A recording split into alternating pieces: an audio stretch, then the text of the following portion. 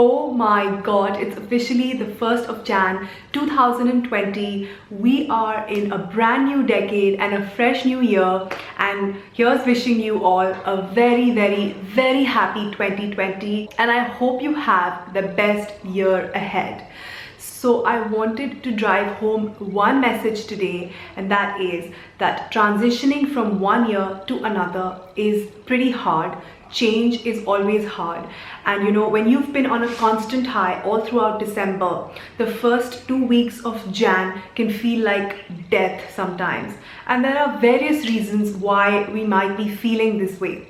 So chances are that you have been on a fabulous holiday and you have spent way too much money, and you are now back home and it's really cold and you're kind of like feeling the blues. January blues and holiday blues are a real thing. So if you are feeling this way, I just want to tell you that you are not alone. We're all in this together. It's completely okay. Allow yourself, give yourself the permission to feel this way.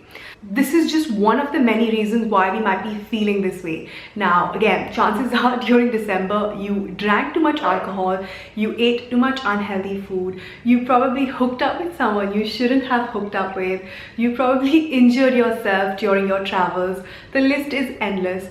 Couples fight, breakups happen. We also end up meeting a lot of our family members, our extended family members, and that can be a very stressful experience. Like sometimes our family members trigger us in ways that we don't want to be triggered, and that can feel quite upsetting.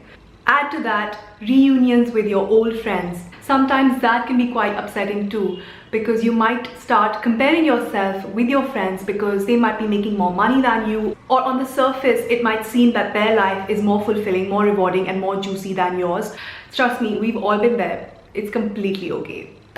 A lot of people also fall sick during this time period. So again, it's perfectly normal to feel really crappy and down in the dumps. And then we also end up looking at the year that's gone by and all the things that we were meant to do but couldn't do or didn't do, and we feel really bad about ourselves because of that. I'm not done yet. And for a lot of people, the biggest downer is when they check in with their wellness, their health and their weight. So again, there is a lot of guilt that's playing out. I promise I'm not filming this video to make you feel bad about yourself, but that this is completely normal. It's completely okay to feel this way in this month, in the first 2 weeks of Jan especially. So my message today is that you should be extremely gentle, kind and compassionate towards yourself this month. So practice extreme self-care and extreme self-love all throughout Jan, and I'm going to share 4 ways that you can actually do this. Number 1, please talk to yourself really kindly. See your inner dialogue, see how you talk to yourself, and chances are that you're really mean. We all do this. This is on autopilot. So catch yourself and be gentle, be kind and be patient with yourself. Number 2 is practice extreme self-care during these 2-3 weeks in Jan. Now, self-care can be different for different people. For some people, it might be eating really healthy, nutritious food. For others, it could be taking time off social media. For some people, it could be doing gentle exercises like yoga or stretching. And for other people, it could be getting lots of sleep. You could also sit down, watch a show on Netflix with a cup of coffee. That can be very therapeutic. Dedicate your evenings after work and your weekends to self-care. My next suggestion is to avoid any hasty key decisions that might really affect your life in the coming year or years to come. As I mentioned before, you could be feeling extremely guilty about not taking care of your health and your weight and your fitness, and from that place of guilt, you end up signing up for a year's membership at the most expensive gym in the neighborhood.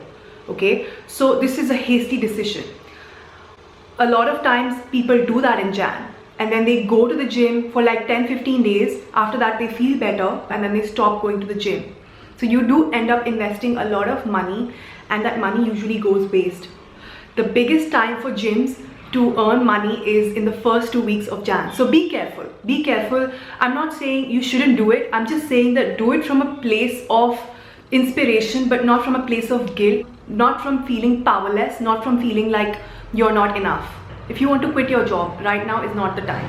If you want to break up with someone, right now is not the time. If you want to have a difficult conversation with someone where you need to confront them, I would suggest just hold on for a few more days. Okay, just come back to feeling like yourself. Feel balanced, feel grounded. When you feel your 100%, that's when you should go and have these conversations or take these decisions. So delaying these decisions by 2 weeks or 3 weeks will not affect anyone. So that's my only suggestion, and I hope it makes sense. When you take any decision from a place of feeling up and down, it's never a good idea. You should always take decisions when you're feeling calm, balanced, grounded, like yourself, and when you're feeling powerful. If you haven't yet written down your goals and your plans and your vision for 2020, don't panic. Don't start planning the next year feeling this way, okay? Again, take that time off. That time off could just be 2 days, 3 days, 5 days. But when you feel more like yourself, then hit it hard. Then sit down. Plan 2020. Plan the next 3 years if you want to, and really go to town with your goals and your vision. So basically what I'm trying to say is that if you're feeling down in the dumps, if you're feeling depressed, if you're feeling anxious, if you're feeling not good enough, those feelings are absolutely valid. They are genuine, they are real, and there are many reasons why you could be feeling that way.